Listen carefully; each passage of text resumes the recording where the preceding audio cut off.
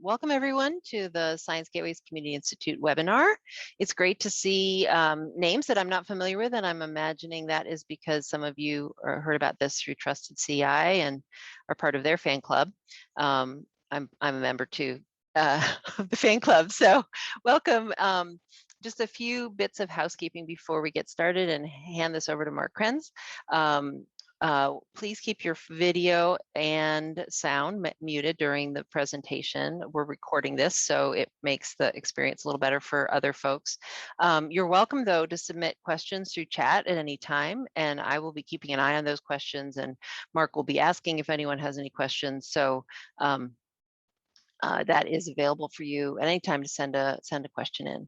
And as I mentioned, we are recording this, and the slides and the recording will be posted on the SGCI website shortly afterwards.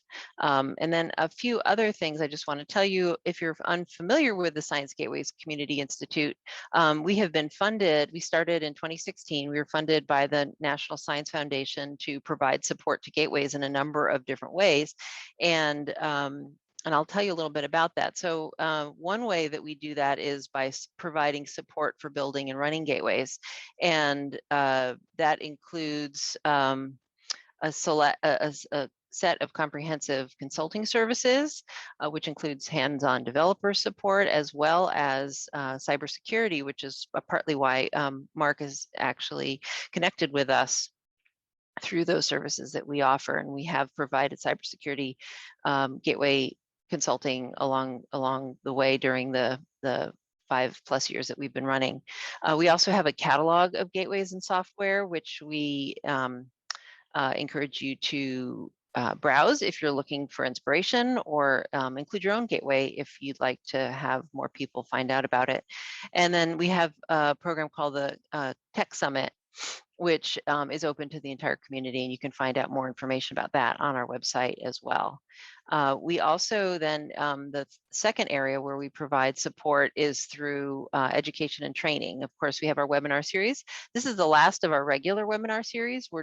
We are not continuing it on a monthly basis for now, but we do have a huge archive of nearly 5 years worth of presentations on all sorts of topics, including some earlier ones on cybersecurity if you're interested in diving more into other aspects. We offer different forms of sustainability training, both mini courses and week-long courses online. We have a number of student-focused programs, including internships. And our website includes a whole bunch of resources and other materials that you can browse.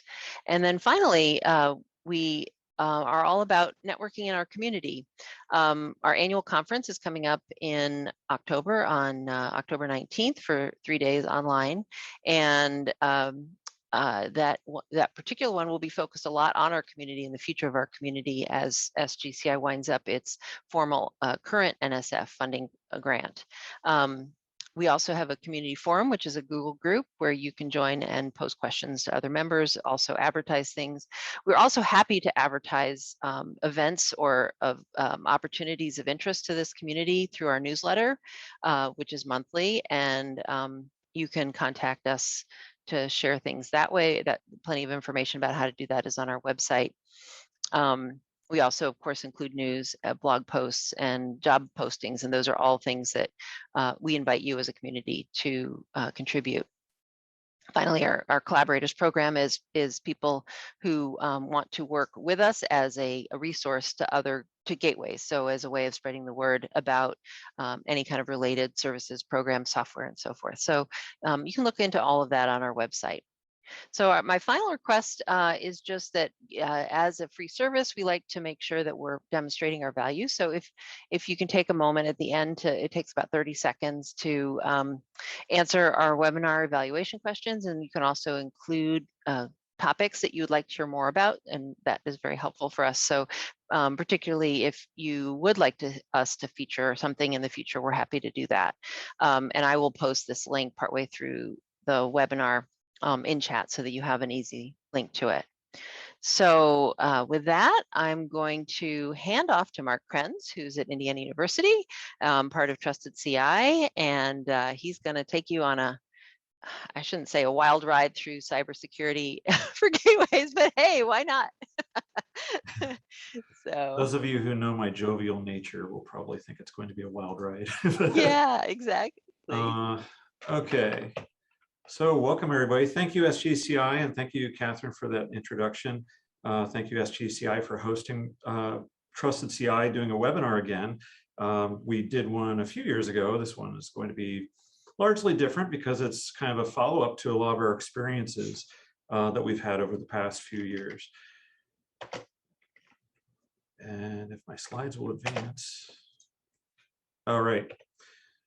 Okay. Trusted CI, for those of you who don't know, is the NSF Cybersecurity Center of Excellence. We are a consortium of different institutions, cybersecurity experts, working together to help ensure the trustworthiness of science and information. We have engagements. We have developed something called the framework, which is to help people build a cybersecurity framework. We have other activities like transition to practice, and we also host an annual cybersecurity conference, which I'll mention at the end of this. More information about us is at trustedci.org. As part of what we do, we partner with SGCI to offer cybersecurity consulting to science gateways. And we do that in two ways. We either have mini engagements that last like 4 to 5 months, that we've had several people, several projects that we've worked with over the past 3 or 4 years on that. And we also join the SGCI Focus Week occasionally to provide some cybersecurity training during that week that's focused on a variety of topics. So who am I? I've been told that it's always good to start out with a slide like this so that people, know who's talking to them. I'm a chief security analyst at the Center for Applied Cybersecurity Research at Indiana University in Bloomington, Indiana. I am the Deputy Chief Information Security Officer for Trusted CI. That basically means like I'm the backup for the CISO for Trusted CI. In case something happens, we deal with responding to incidents, and we help lay out policy for Trusted CI. I'm the Chief Information Security Officer for Research SOC, which is a security operations center focused on helping science projects to secure their systems and respond to incidents and identify threats. I've been a system administrator for over 20 years, mostly as a Linux system administrator, but also, network administration.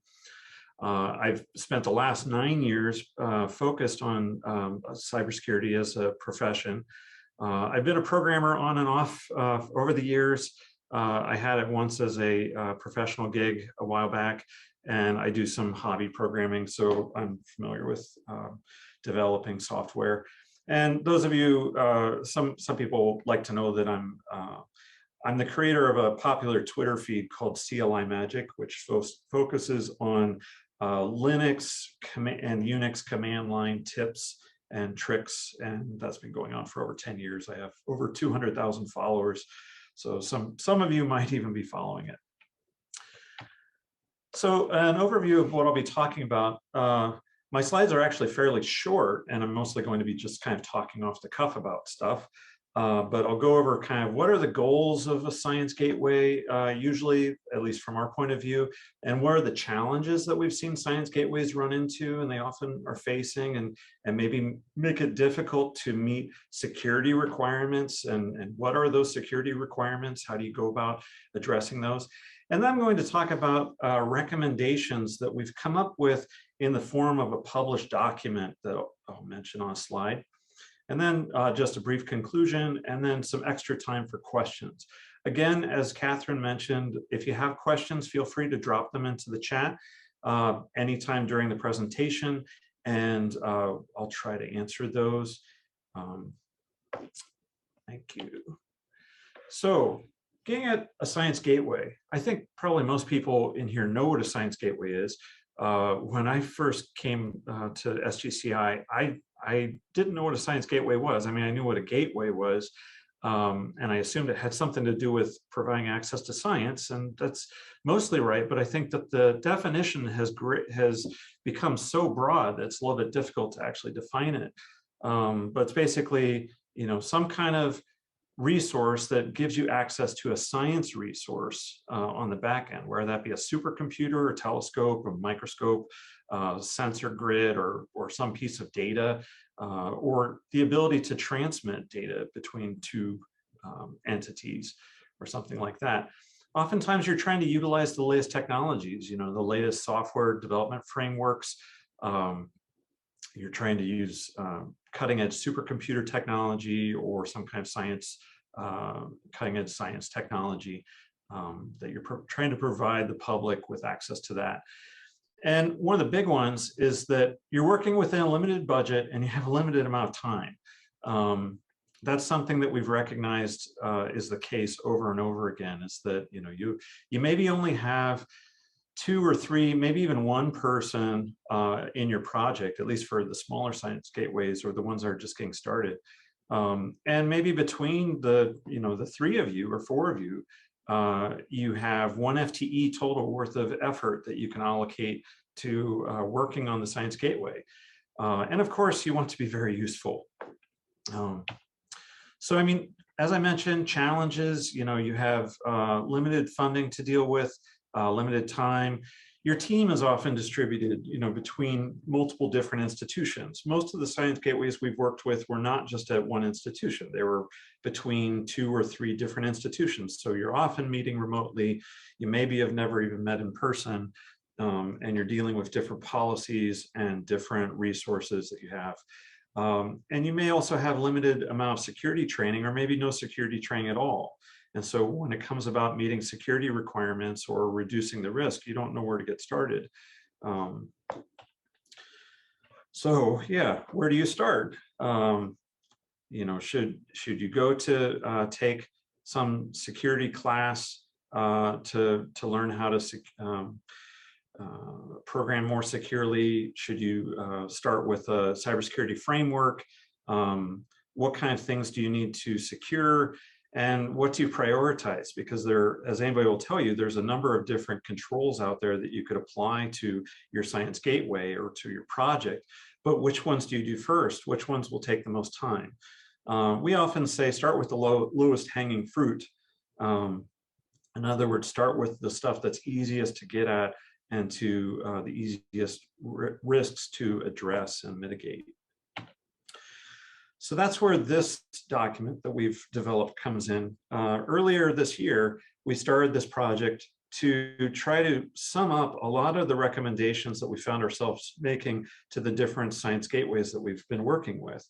And I wanted to keep this document fairly short. I didn't want it to be like a long 20-page, 30-page, 40-page document, because I know that you guys have limited time, limited funding for these things. And so that's why the first point, it's developed for science gateways. It's developed with science gateways in mind and the unique challenges to science gateways. We've prioritized the recommendations based on what we think small teams of science gateways would find the easiest to implement first. So like, the first one you see here on the list is hardened secure shell configuration. That's really just a matter of going through and checking your configuration of your SSH server and making sure that certain things are turned on. This is something that could be knocked out probably in an hour or 2. Some of the other recommendations might take a bit more, like implementing 2-factor authentication, but not too much more time. And there's generally a lot of documentation out there. And we've also provided resources for each of our recommendations to help you get started and know where to go. We also make references to something called the Trusted CI Framework. The Trusted CI Framework is a document and a list of 16 musts, like security controls that we consider must-dos. But generally, the framework is built around the assumption that you're a bit larger of a project, maybe like 5 people or more, or 6 people or more. So it didn't quite fit with science gateways per se, because the framework implementation guide is like a 100-page document. So we thought that might be a little bit difficult for these smaller teams to actually implement. So we made this 4-page document with just recommendations A through O, and we tried to stick to stuff that was essential to science gateways, along with providing a list of curated resources to help you find information about how to address these controls. You can download this document by going to trustedci.org/science-gateways, and then clicking on the link in the middle of the page where it says recommendations document, or go to this QR code that's here. So the rest of the presentation is going over the recommendations in this guide and just kind of talking about them. I'm not going to go through them in order. I'm going through them in an order that kind of makes sense with just with a presentation approach.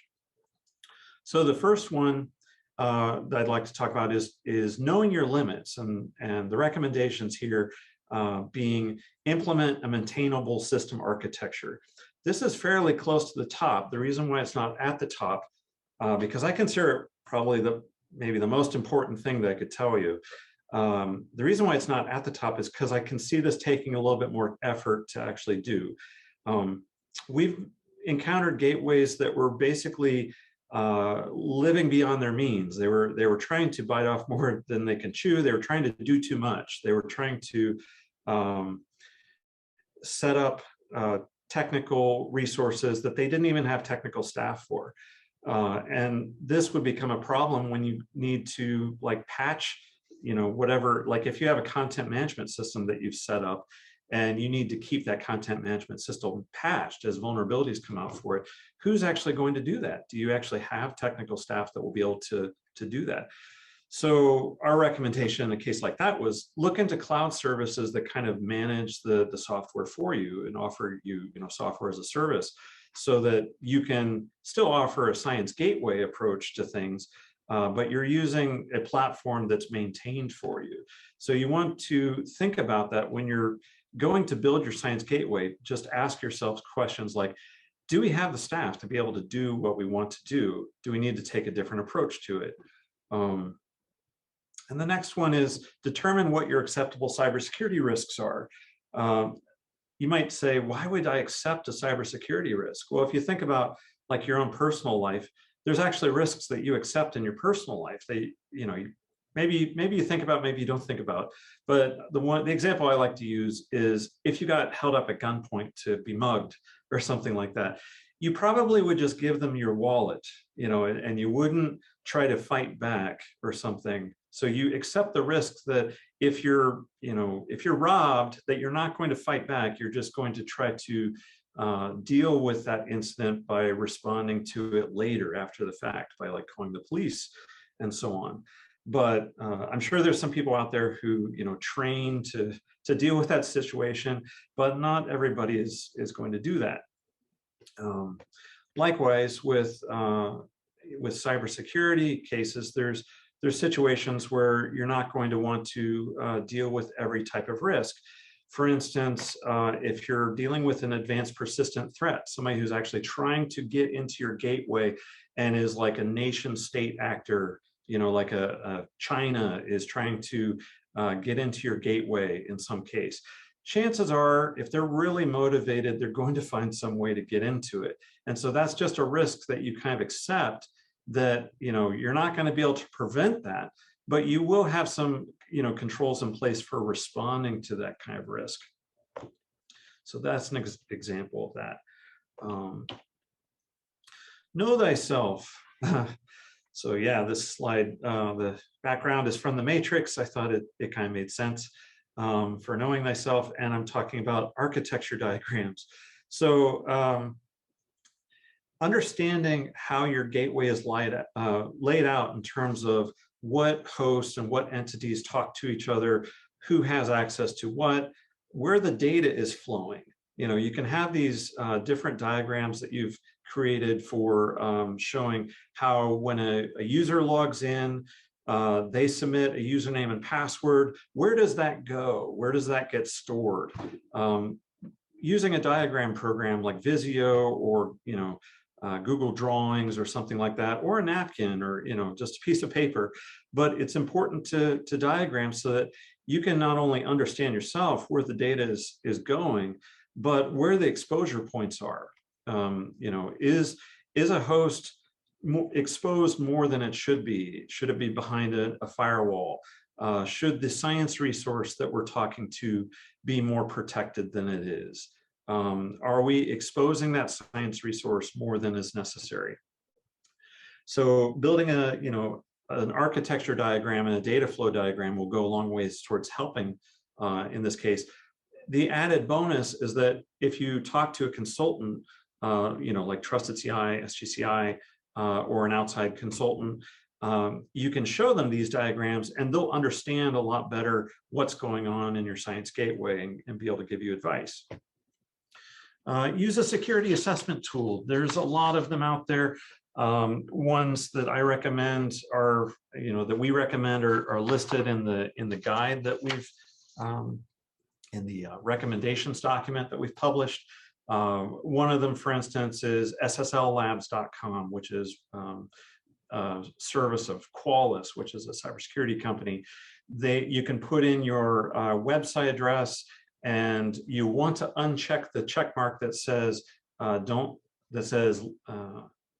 check the check mark that says don't list my results in the public results, because you don't want it to end up being an F and then it being published. But you can put in your gateway website in there, and it'll actually scan your gateway website by connecting to it in different ways, and then giving you an assessment, like from A to F, as to whether you're handling SSL, security as a control properly or not. And it'll give you recommendations. There's also Mozilla Observatory, which does similar things, but from a web server point of view. What kind of controls could you be adding to your web server to enhance privacy and so on. There's a tool called Linus for people who are running Linux servers that can do a security assessment and give you recommendations, and so on. Preparing an asset inventory. This doesn't just have to be a list of the servers that you have. It could also be a list of client hosts that you're connecting from staff. Like, so if you have your phone set up to connect to your gateway and it has privileged access in some way, you might want to document that somewhere, that you have that relationship going on. Another one that I often recommend people keep track of as far as assets go are stuff like social media assets, your Twitter account, your YouTube account. I'm not saying for your personal Twitter account or YouTube account, but like ones that you're using for your project to help promote it. Because you want to think about who has access to that, whether the passwords are the same as other passwords, which you don't want to do. You generally want to use a different password for every resource that you have. And things like DNS, when you go to set up your domain name for your gateway, who has access to the DNS control, the domain registration, and so on, because that's like a low-level thing that if somebody maliciously had access to it, they could do a lot of bad stuff. So you want to keep track of that, and also keep track of when your domains are going to expire, because that's a big one that I often see people miss, is that they kind of fire and forget with the domain name, and then down the road it expires and they lose track of it. It goes to a domain squatter or something like that. Any questions so far before I move on? Let me just stop for a second, give people. Yeah. There is a question. So Mark asks, not you, Mark, obviously Mark Servilla, says, our institution will soon enforce the use of endpoint detection and response monitors on all our project servers. What are your thoughts on EDR for science gateways? I'm not an expert on that. So this is something where I would refer you to somebody else in Trusted CI who's more of an expert on those kind of things. EVR. I will write that down. EDR. D is in. Oh, yeah, endpoint. Yeah. I don't know. I don't know what the, detection probably in response. And we can, Sorry, I mean, in the even notes. within cybersecurity, we have specialties, and so I'm not able to answer about all the different technologies that are out there. And we could post in the notes that go along with this recording, if you have a specific person that we should list as being an expert on that, we could also put that on our website. Will if do. That would make sense. Yeah. Right. That's it for questions for now. Okay. Sorry, I couldn't answer that question. Let me move along. Keeping watch, monitoring system health. This one became a recommendation after I logged into a Science Gateway and the disk was full, and the disk had been full for 3 days. And so that not only made it so that it was difficult to log in and run anything, but it made it so that the logs weren't being written to, because the logs were being stored on the same system. So during that 3 days, if anything were to be compromised, there'd be no logs for it. Monitoring system health goes beyond that. It's whether the host is up or not. When you have a sophisticated network of hosts all working together, especially when you're talking about Docker containers and stuff like that, you want to keep track of whether they're up or down so that you can know that everything is doing its job properly. There's a wide variety of monitoring tools that you can use here. Nagios, Isinga, Grafana, Zabbix. You could write your own. You could write one that just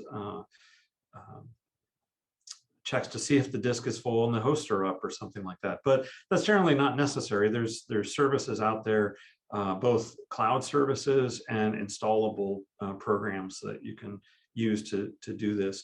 And make sure that those alerts are going to somebody who's going to be able to respond to them, maybe a few people. Be ready for action. Adopt an incident response plan. This goes a long ways. I mean, it's not just about dealing with being hacked maliciously, and it's not about necessarily about preventing, but it's about responding to an incident that comes up. What do you do after you find out that you've been compromised in some way? It even goes for things like webinars like this. There was a series of steps that I went through to prepare for the webinar to make sure that I was ready to go, turning off my phone. Before the webinar, I talked to SGCI and I gave them my phone number in case the webinar goes down in some way, maybe my computer fails or something happens at Zoom, so that they could contact me if and with further instructions. So that's kind of getting an incident response ready. And that was a very simple one, but it's the same kind of thing. You go through and you just, you prepare for an incident by setting up out-of-band communications channels, by making sure that you have a place for writing down what goes on during the incident response and so on. Trusted CI has templates for this, for developing your own incident response plan, so you can actually just go through that and add what you think needs to be in there, or remove stuff that you don't think needs to be in there, or augment what is there. But it will give you a good starting point to work from. Quick question, yes. Mark, just from me, is the template for the incident response plan linked from your document that you have shared? Do you know?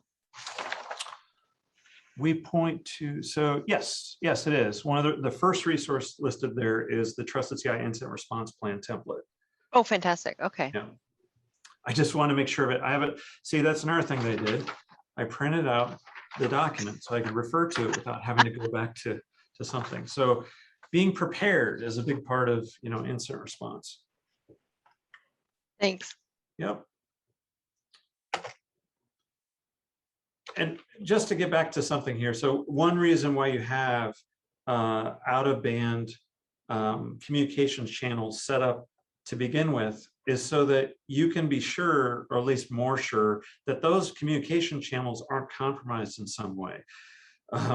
There was recently an incident where, not a trusted Sky, but this is just a political organization, had an incident where money that they were going to pay to a lawyer was actually rerouted to the attacker's bank account, because the attackers had access to the communication channel that the political party and the lawyers were using to communicate with each other, and they knew that the lawyer was getting ready to send bank account information to do a wire transfer to the lawyer, to pay the lawyer.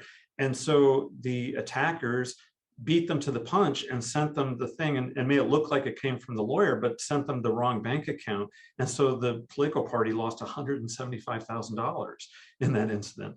I'm not, I don't think that you're going to be making that kind of transfer, but it could happen. And you want to make sure that you have trusted out-of-band channels that you have ready to go for the case where you are dealing with an incident. You're having to talk to each other, because the attackers can end up infiltrating your communications channels. One of the ones that we use is called Signal. It is a reliable and secure text messaging platform that you set up on your phone. That's pretty well trusted by cybersecurity community. What's the name of it again? Signal. So okay. SIGNAL. Okay, cool. Thanks. Yep. Using best practices. So this is, more of a technical slide. First one, hardened secure shell configuration. These are things that you can do to actually technically enhance your security.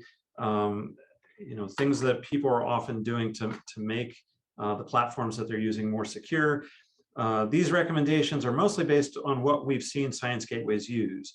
I should say that the recommendations document that we've published probably isn't, I'm sure it isn't complete. It doesn't have all the recommendations that we could make. We've tried to prioritize the stuff that we think is important to Science Gateways. So that's why if you look at this and say, well, what about this? Well, okay, if you think that that's a problem for you, you should look up what the best practices are for securing X.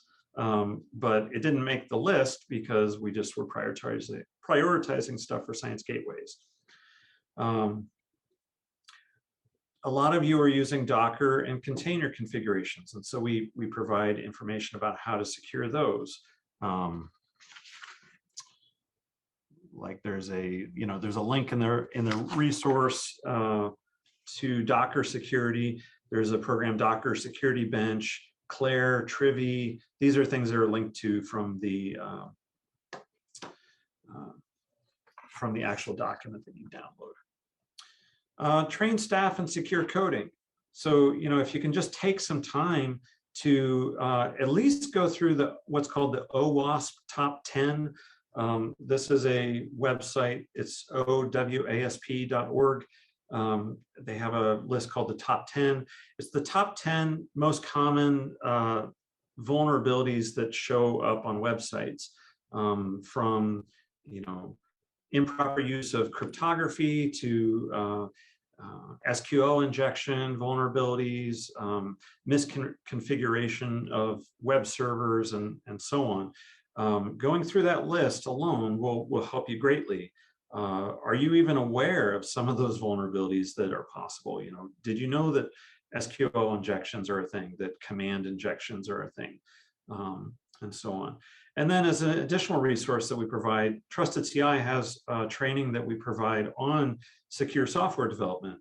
And it's offered at several conferences throughout the year, one of which is coming up, the NSF Cybersecurity Summit, which I'll talk about at the end. So there's resources out there that don't take too much of your time, but can help you not just for developing this Science Gateway, but future Science Gateways, and count as professional development. So you might just need to talk to your boss and say, I need to do some professional development in secure coding. And then there's some recommendations for cloud security best practices. There's some documents out there that can help you, when you're thinking about things like Amazon AWS, Jetstream, which is the academic infrastructure as a service offering or platform as a service offering, Azure and Google, the Google Cloud, and so on. Another thing here that I'm going to take a moment to talk about is Google Drive and cloud document storage technologies. So even though they offer some, some form of access control, like Google Drive, for instance, offers access controls where you can limit who has access to things, there are problems that have creeped up that we've run into. I've published a document about them just a few weeks ago, along with Sean Abinit, on Google Drive security concerns that you should know about. A lot of which happen in the academic space because of our unique use cases for Google Drive that they didn't seem to design the platform for. So, multiple institutions, institution-wide sharing, and stuff like that are examples of things that you should be concerned about. And I know that a lot of gateways are using Google Drive and OneDrive and Box for storing their policies, their project documents and stuff like that. And there's a lot of that stuff you wouldn't want to get out because it would help an attacker to attack your site. So something to look into. Any questions before I go on? Yeah, someone asked if you would share the paper on Google Drive concerns. I don't know if you can send it to us, we can post it online, or you can jump into chat and put it there. I will put in the chat after I stop sharing my screen at the end of this. Okay. So, yeah. And then we'll share it with the recording on our website too. Yep. There is also a link to it from the Trusted CI blog. So if you go to blog.trustedci.org, there is a story for it being published. Just maybe not the most recent one, but one of the recent ones is on that because we just published it in August. Oh, okay. Great. Yeah. And using institutional resources. You may not think about this, but there's a lot of services, cybersecurity and security services that your local institution may be able to help you with. Like for instance, here at IU, one of the things that you can do is they have a log aggregation service where you can send off your logs from your systems to a centralized log repository, and then set up alerts based on certain criteria. You can use, Research SOC as an example of an institutional resource where, you can partner with Research SOC and send off your logs to be checked for security incidents. Phishing training is a big one. Phishing training may seem like just kind of a mundane thing, but it's the #1 cybersecurity risk. Even people who are veterans in cybersecurity have fallen for phishing attacks. I myself have almost clicked on a few that were pretty believable, and really what they're doing is waiting for the right time. So, they're waiting for you to be in the right situation to fall for the phishing attack. And maybe today won't be that right situation, but tomorrow might be.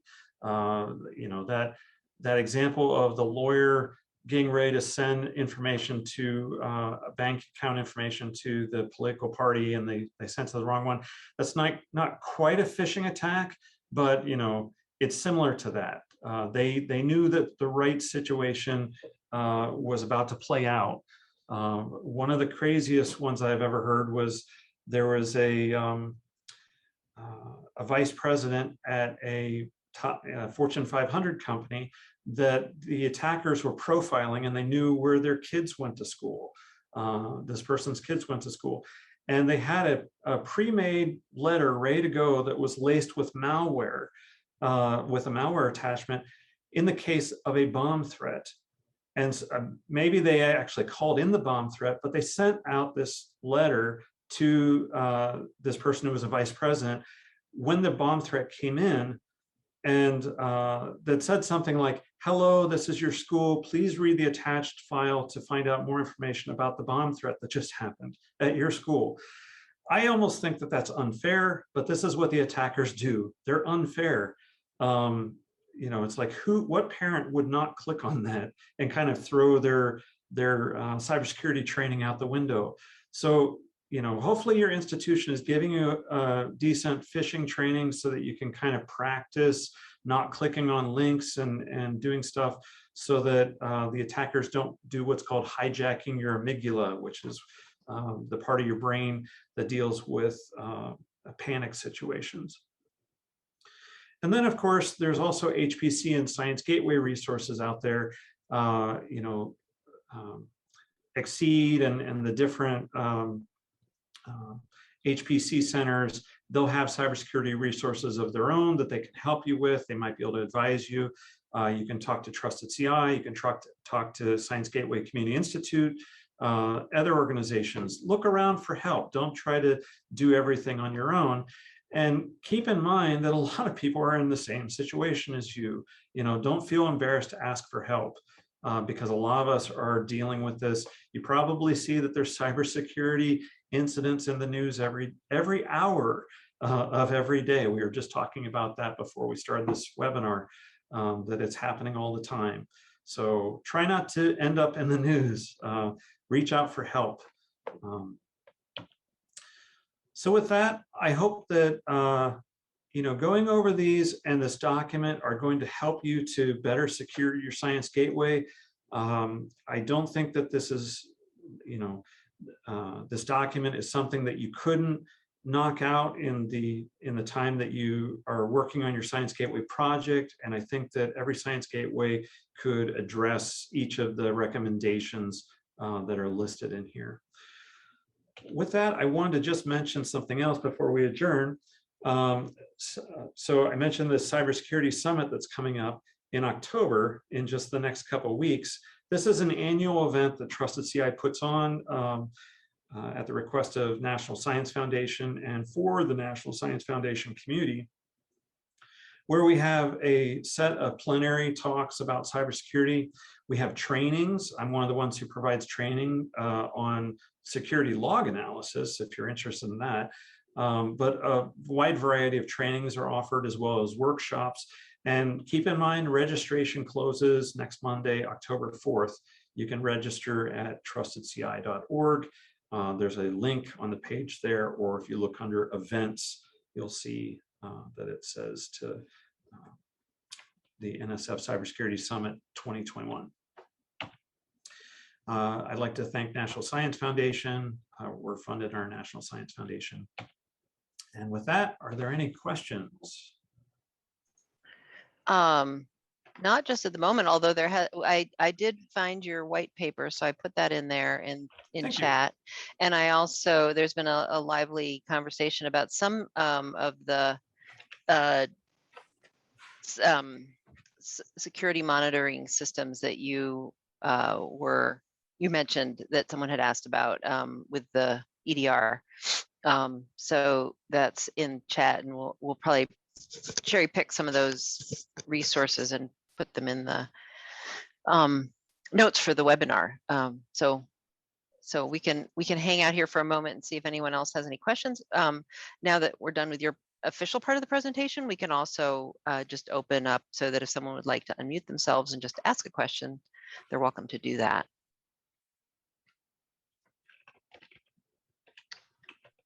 Anybody have questions? Yes, so the question that came in from Pierre, the recommendations for improving document is 4 pages long. I'm not sure if I heard correctly at the beginning. Is this a shorter version of a longer document? Okay, yeah, good question. So as I said in the beginning, and maybe I didn't explain it too well, but this is a document that's, this is a 4-page document that's aimed at science gateways and helping science gateways to address the most pressing issues that we've seen. Certainly, this could have been a longer document, but we chose not to make it a longer document because we're well aware that science gateways have limited time and resources. Of course, everybody has limited time and resources, but science gateways, I think, especially have a limited amount of time. And we wanted to make sure that we could put out a set of recommendations that you could tackle, and we're more focused on on the Science Gateway, the typical Science Gateway model. That being said, you'll see these icons, like these icons here, like the little pillar icons that have a number inside. That is referring back to the Trusted CI framework, which is a much larger cybersecurity framework for developing a cybersecurity program. That's typically what you'd want to go with if you're larger than a few people and you have a bigger project with dedicated staff and so on. Those numbers are there so that if you want to know more information about the recommendation, how it relates to the framework, and so that you can like look up more if you're, if you want to do a better job at that, you can look at the framework and say, okay, let me check out these musts and see what else they say. So that's what the relationship there is. But no, this isn't part of a larger document, really. This is meant to be the document. And one of the reasons why I made it 4 pages is because when we get back to going to conferences in person, I want to have something that could be printed out onto like a little brochure or something like that that you could take with you easily. So we could hand it out to a lot of people. Because I know that there's more Science Gateway folks out there than just 27 who are in here. Yeah, and it's fantastic. As Pierre pointed out, there's lots of links, so it is kind of like this. You can go into a deeper dive into so many different directions, right? If you need to know more about something. So, and I along the way, as you were mentioning things like OWASP and Signal and so forth, I threw that into our chat. But I think all of those different kinds of, pointing to the next level of knowledge that you need to have is really helpful. So thank you for that. And if you do have any questions, feel free to reach out to Trusted CI or SGCI for recommendations, and we can discuss it internally within our team. We have a large team of cybersecurity professionals, each of which has like a different expertise, and we're sure to come up with an answer for you. And I can vouch for the fact that you're very friendly. So that goes a long way. Thank you. Yeah, I found it very helpful what you said, what you mentioned about that asset inventory and thinking about things like Twitter and social media or things like Google Drive or other other places where there might be something that could be compromised or have a shared password. There's so many ways that you just don't think of how something might be accessed. And while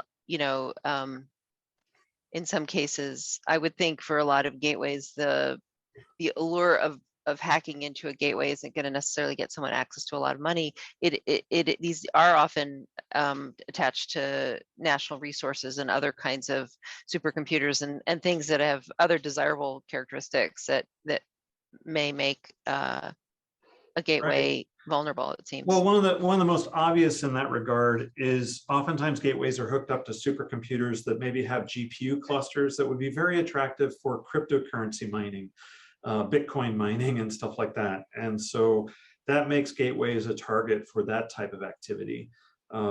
Another resource, it's not necessarily going to get the attacker a lot of money, but you could exhaust the gateway's project of their resources by launching, say, a DDoS attack against a gateway and burning through their bandwidth allotment or something like that. So, you could suddenly find yourself without any more money to be able to pay for like your AWS resources or something like that, because you had 1 month where it cost you $1,000 to transfer all the data or something like that.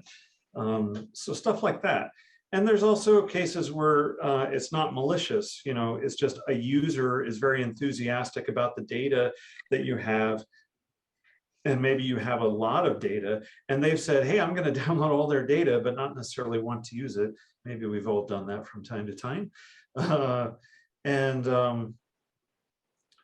that could burn through, your allotment of resources. So you maybe want to think about, if you have a large amount of data being stored, like let's say terabytes or even petabytes worth of data, do you really want to make that so that it's exposed to the public?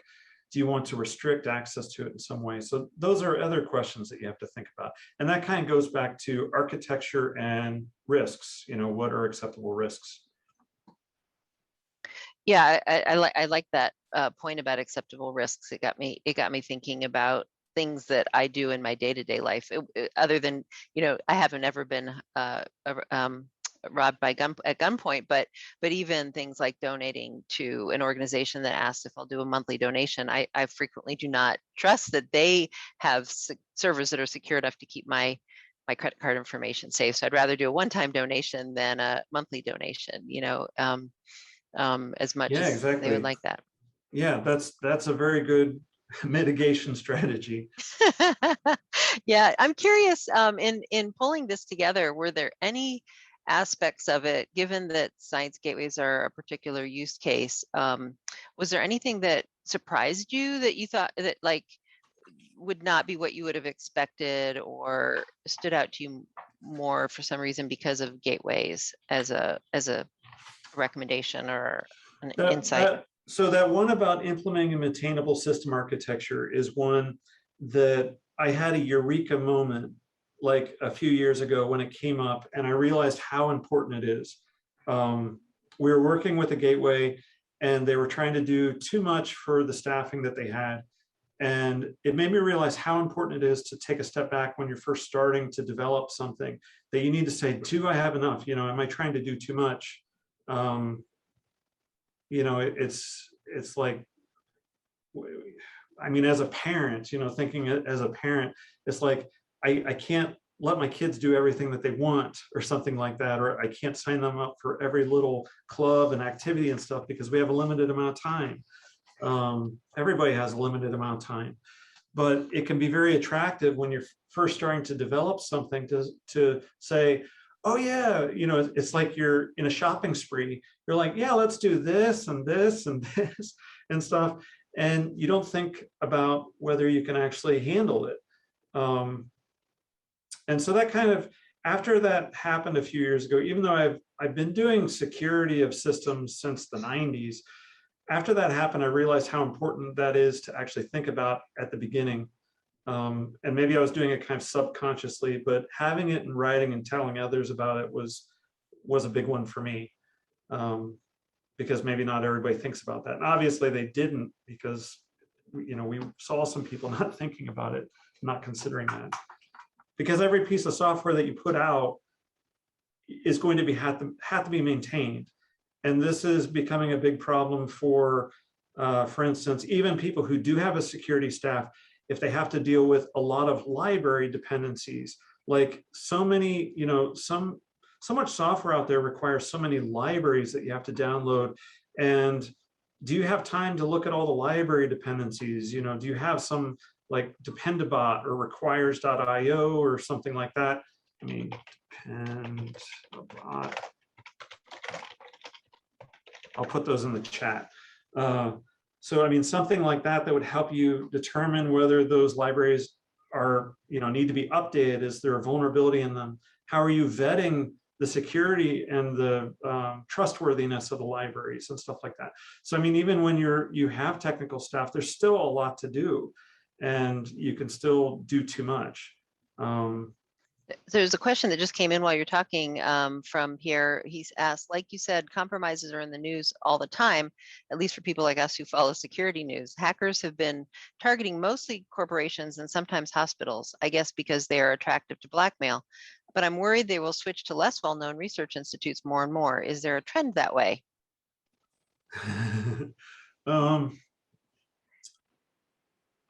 I don't have enough data points to really say where there's a trend or not. One of the things that I've started keeping track of is, and this just started out as like bookmarks of news stories, of science research projects that have been compromised or had some security incident that was in the news.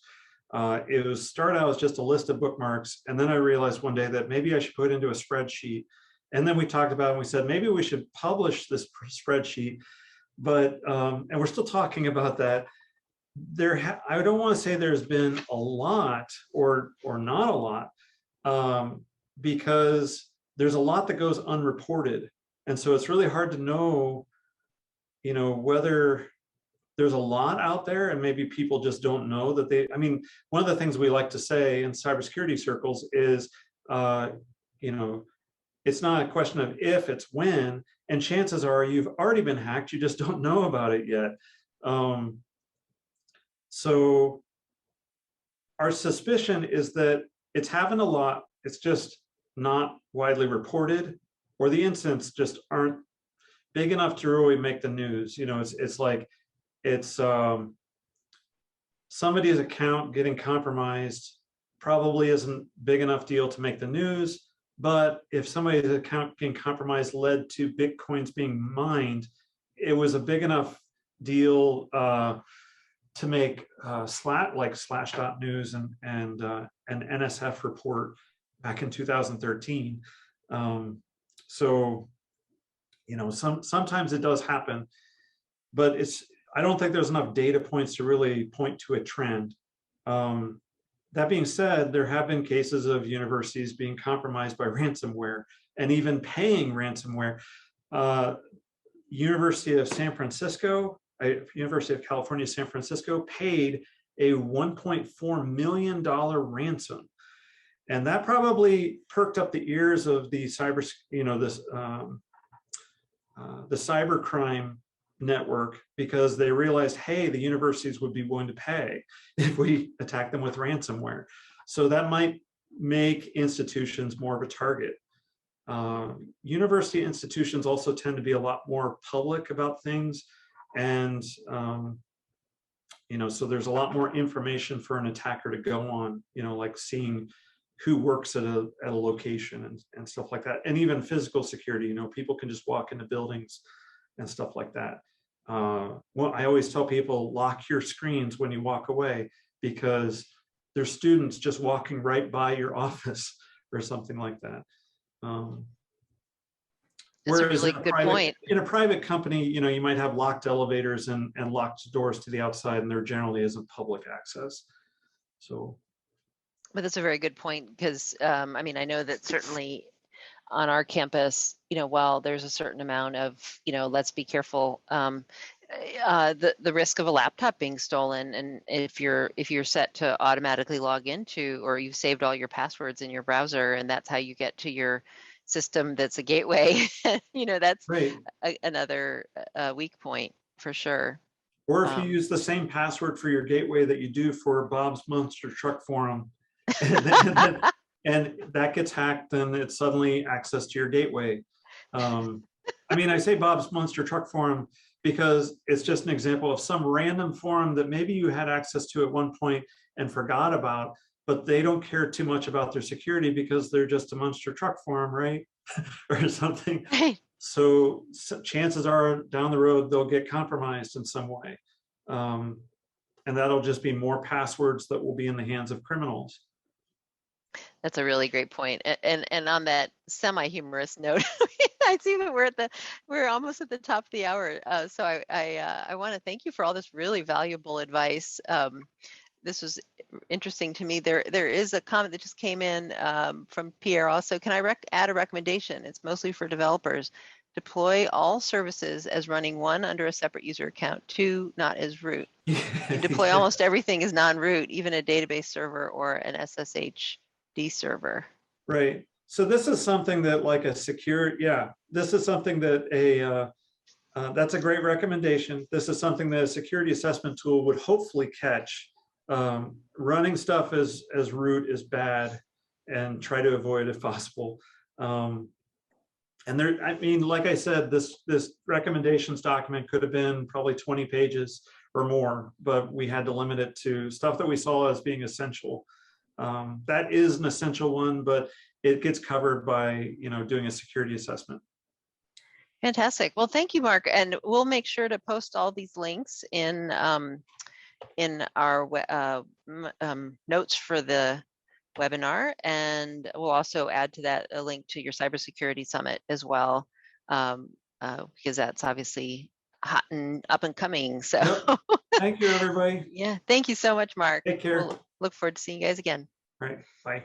Bye.